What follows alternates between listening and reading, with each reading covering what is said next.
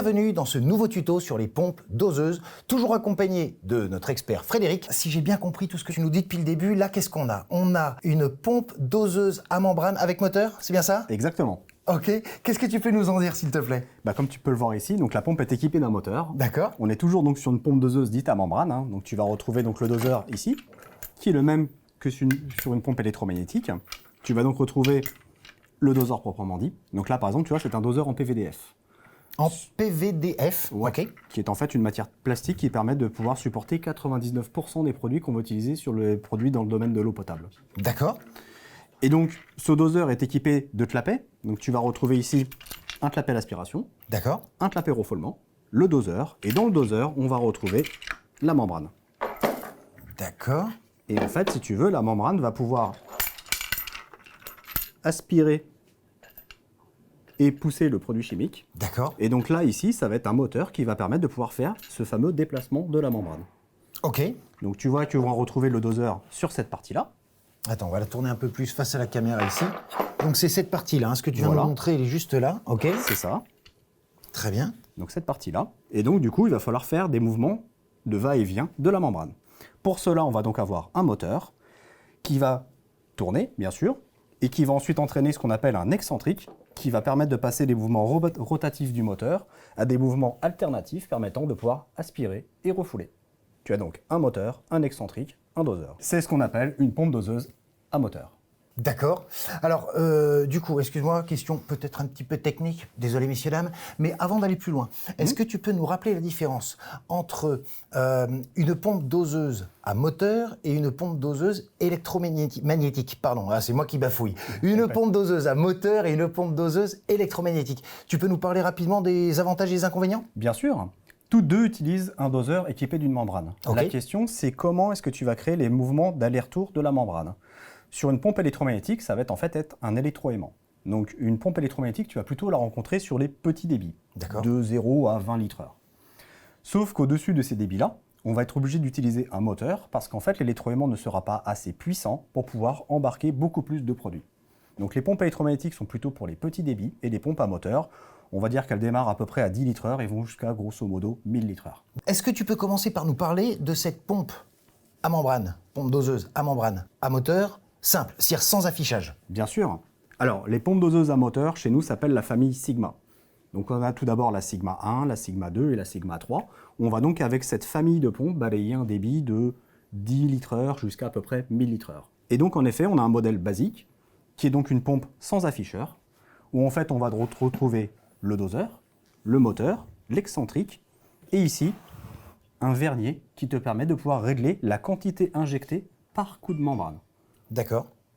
Tu vas donc pouvoir régler le débit grâce à cette molette qui est graduée de 0 à 100%, de manière à pouvoir ajuster de manière précise le débit. Le débit. Donc, si je ne dis pas de bêtises, en tournant ce vernier qui est là, on va pouvoir régler le début de la pompe, c'est ça? Exactement. Ça marche? Qu'est-ce que tu peux nous dire de plus sur ce vernier? Alors, ce vernier, donc, comme je te l'expliquais, permet donc de pouvoir régler le débit de la pompe. D'accord. Comme tu peux le voir ici, il est gradué. Et tu vas donc pouvoir ajuster le pourcentage de positionnement du vernier.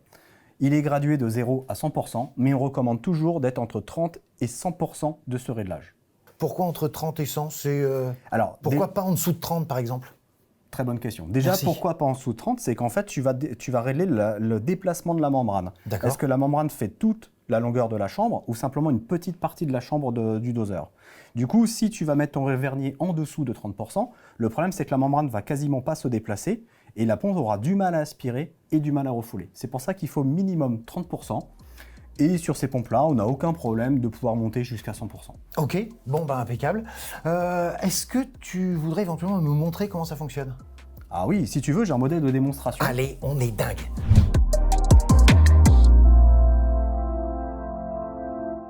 Alors, waouh, ok. Donc là, on est sur une pompe. Donc là, c'est le vernier. Et là, on a la découpe de la pompe. Si je dis pas de bêtises, la membrane, elle est ici, c'est ça? Tout à fait. Impeccable. Ça nous permet de voir vraiment comment fonctionne une pompe doseuse à moteur. Très bien. Donc cette petite manivelle va simuler la rotation du moteur. On va donc simuler la rotation du moteur.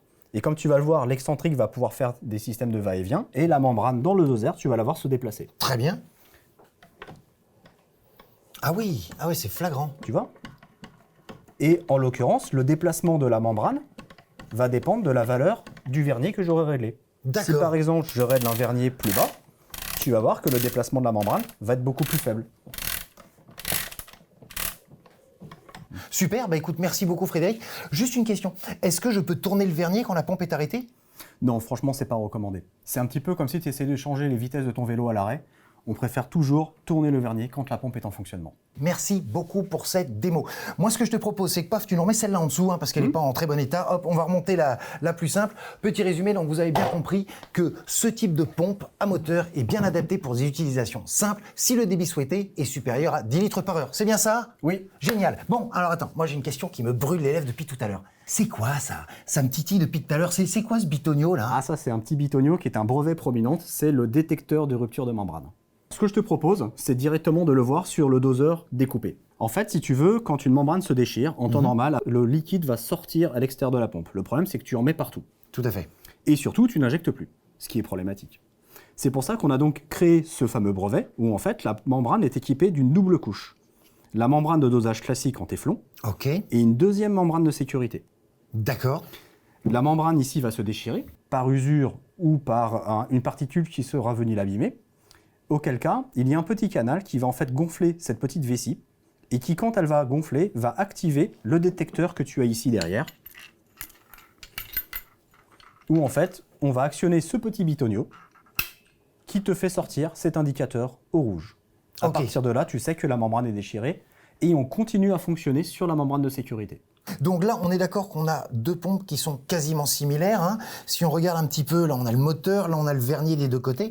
Par contre, là, il y a quand même un petit truc en plus. J'imagine que c'est l'afficheur. Est-ce que tu peux nous parler de la différence éventuellement entre ces deux pompes ou à quoi sert celle-là? Dans quelles conditions est-elle plus utilisée? Bien sûr. Encore une fois, une pompe dite basique est faite pour travailler à débit fixe.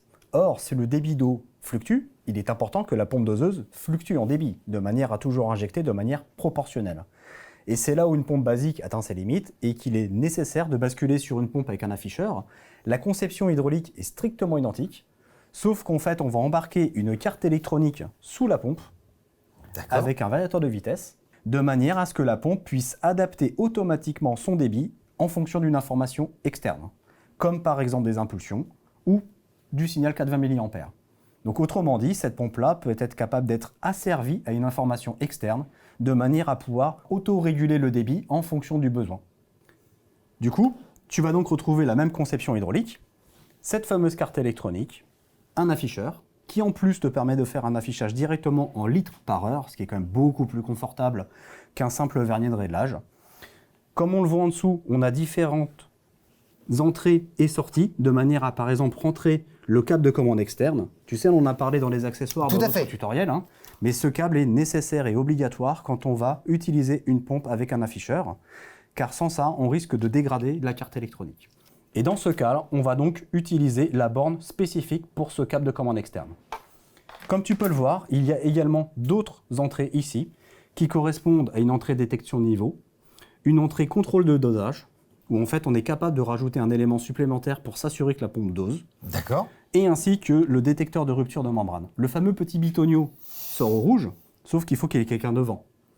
Oui. Sinon, on ne le sait pas. Tout à fait. À partir de là, on est capable de rajouter un fil électrique pour le brancher sur la pompe et que la pompe s'arrête si vraiment la membrane est déchirée. Et enfin, sous cette fenêtre transparente, nous avons également la possibilité de rajouter une carte relais de manière à renvoyer des défauts, comme par exemple sur une télétransmission ou sur un automate pour être à distance averti d'une éventuelle anomalie.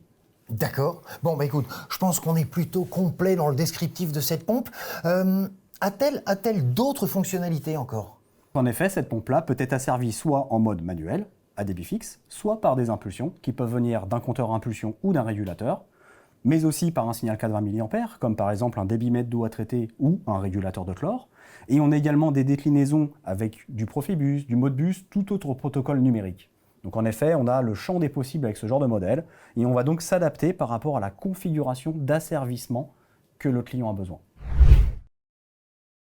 Ben écoute, Frédéric, merci beaucoup encore une fois pour toutes les informations que tu m'as données.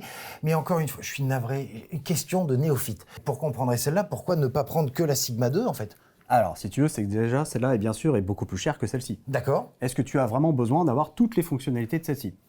C'est pour ça qu'avant toute chose, ce qui est important, c'est déjà de savoir qu'est-ce qu'on a besoin de faire. 1. Quel débit on a besoin. 2. Quelle est la pression à l'injection.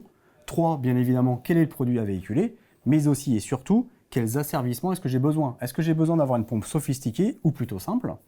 Et ensuite, en fonction de la configuration de l'installation, il est parfois nécessaire de rajouter des accessoires.